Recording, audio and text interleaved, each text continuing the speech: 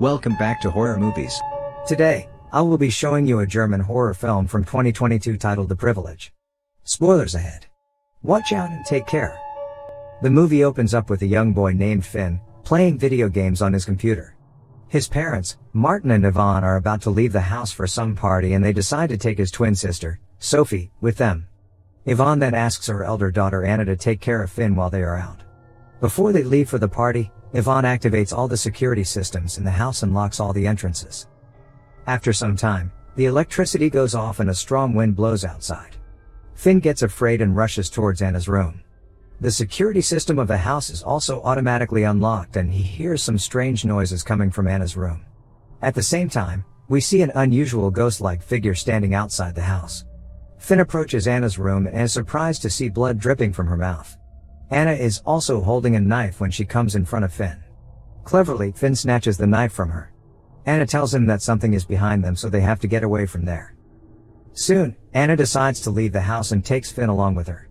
She drives Finn near to a dam and asks him to follow her to the other side of the safety railings. Afraid, Finn follows her but gets shocked when she asks him to jump from the railing. Finn, however, manages to free his leg from Anna's grip, but this causes her to fall from the railing into the deep dam. In the next scene, we see police searching through the site. After some time, the crew finds the deceased body of Anna. Finn's parents also arrive there and are shocked to see their elder daughter dead. When Finn comes near Anna's lifeless body, he screams and the scene shifts to the present time. A teenage Finn is inside a medical facility doing his regular checkup. Anna's demise caused a major trauma in Finn's brain and he is not able to overcome the damage. Hence, Dr. Steinke provides him with some pills to keep him mentally stable. Later, Finn and Sophie go to their college where Sophie starts making out with her boyfriend, Ramin. Finn also has a crush on his classmate Samira but is afraid to confess his feelings for her. His best friend, Lena, who is also a lesbian, suggests he asks Samira out before their graduation is over. Meanwhile, Leander, one of Finn's classmates, invites them to a party happening at night. At night, Finn sneaks out from his house and attends the party with Lena. At the party, Leander hands some kinds of drugs to him and asks him to enjoy them. As soon as Finn takes the drug, he starts seeing some unusual scenes in front of him.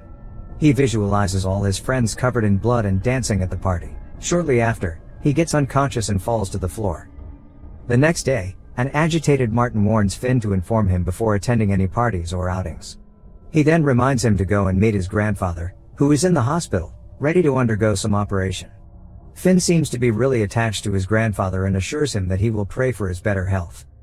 One night, while Finn is sleeping, he hears some strange sounds coming from downstairs. He follows the sound to find an unusual meeting between Martin, Yvonne, Dr. Steinke, Sophie and an old lady. Soon, the old lady removes her clothes and starts touching Sophie's body as if it belongs to her. Finn is disturbed to witness all this, so he grabs an axe and attempts to crash the meeting. But before he can do so, an evil spirit attacks and knocks him out. Sometime later, when Finn gains consciousness, his parents tell him that he was found on the terrace, unconscious. Finn inquires with them that he saw some unknown guests in the house, but both Martin and Yvonne refuse it. In the following scene, we see Finn in the school talking with his best friend, Lena. Suddenly, Sophie appears in front of them, fighting with Ramin and breaking up with him. Later, at the PT class, Sophie bleeds from her nose and collapses on the floor. She is then taken to her home where she is cared for by her mother. Finn now seems to be overprotective to Sophie because he does not want to lose her as he did with Anna. Ramin, on the other hand, comes to Finn's house to visit Sophie, but she refuses to talk with him. Meanwhile, Finn also notices Sophie pulling a cup with her supernatural power. At night, Ramin messages Finn asking to meet at the nearby diner stating that it is urgent. Ramin reaches the diner on time and Finn also leaves his house. At the diner, Ramin meets with an elderly lady who winks at him. As soon as the lady exits the diner, he hears Sophie's voice calling out his name. Ramin follows the voice to find the same old lady lying unconscious on the floor. He approaches her to check if she is okay, but suddenly, the old lady's eyes turn white and she attacks him in a supernatural way. Poor Ramin is then eliminated by the weird woman. When Finn arrives at the diner, he searches for Ramin and tries to contact him but to no avail. After that, he follows some blood stains and discovers a lifeless Ramin on top of a car. He also notices the same evil figure which was shown at the beginning of the movie. Scared, Finn runs away from there and immediately calls the police, who declare it as a self-harm case. Hearing this, Finn tries to convince them that Ramin didn't eliminate himself. As proof, he attempts to show his text conversation with Ramin, but mysteriously, all of them have been deleted. At home, a frustrated Finn tries to take one of the pills prescribed by his doctor, but stops after noticing something strange inside it. He discovers an unknown organism present inside the pill and takes it out by cutting the tablet. The next day, he meets with Lena and shows her the organism he found inside the tablet. Lena suggests they show the organism to one of their biology professors. After having a look at the organism, the bio professor answers them that it is a kind of fungus found inside dead bodies. She then reveals that the fungus is in fact used to call demonic souls and to make contact with them. However, the fungus was used in the Middle Ages and has been extinct ever since. After this revelation, the professor suggests the duo to contact a lady named Ariska Novak, so they can get more information about the fungus. Later, Finn meets up with Ariska, who is surprised to see the organism inside the jar. She immediately asks him about where he found it and are there others who have consumed it. Finn replies that he along with his sister, Sophie, are the ones who have consumed the fungus. Ariska then inquires Finn if the fungus has caused any harm to them, showing him the scars on her hands. She also chants some prayers and makes Finn cough some strange material. After that, she implies that they should perform an exorcism on Sophie as soon as possible to take out the demonic spirit present in her. However, Finn finds her words to be baseless, so he decides to leave the place with Lena. In the next scene, Finn pays a visit to his grandfather, Bergman, who is about to be operated on. Here, Bergman reveals that when he was young, he used to be a priest. One day, while performing an exorcism on a young boy, he was directly contacted by an evil spirit which changed everything. Before he can finish his words, Bergman is taken to the operation theater. While waiting for his grandfather outside, Finn again has some visions of the evil spirit coming out from his grandfather's unconscious body. He tries to notify the doctors about it, but it all appears to be his vision. Later, the doctor informs him that the surgery was a success. Afterwards, Finn reaches out to Ariska and returns to his home. When he enters inside, he is surprised to see Samara there.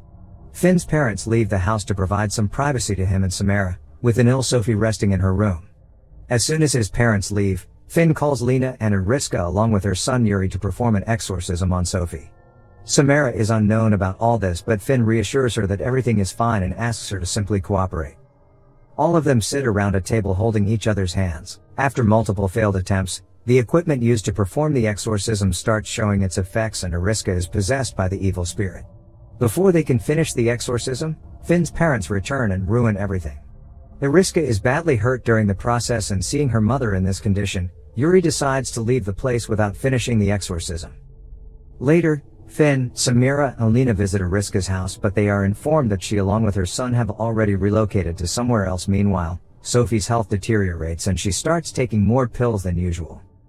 In the next scene, Finn is at his college, calling his mother and apologizing for his mistake. Meanwhile, he notices Leander coughing and releasing the same cough he did before. Later, Leander climbs on the top of the college building, with a knife in his hand. He cuts through his mouth, in an attempt to release something from within. Suddenly, he jumps from the building and collapses on the floor.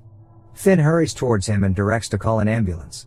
Inside the ambulance, the medical staff takes out some sort of fungi from Leander's throat. Before being taken into the operation theater, Leander urges Finn to check his backpack and look into the papers inside it. On the other hand, Lena discovers that Leander was also taking the same pills that Finn and Sophie were taking.